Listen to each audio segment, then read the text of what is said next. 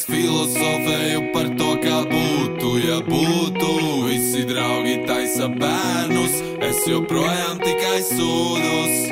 No kā neatteicāmies šodien, no tā teiksimies rīt. Varbūt parīt, varbūt. Kā man ir apnicis iepazīties, negribu nevienu satikt es vairs, paldies. Un man liekas, tūlīt izvenšos no visiem taviem padomiem. Padomu tik daudz, ka man negribas vairs pamosties.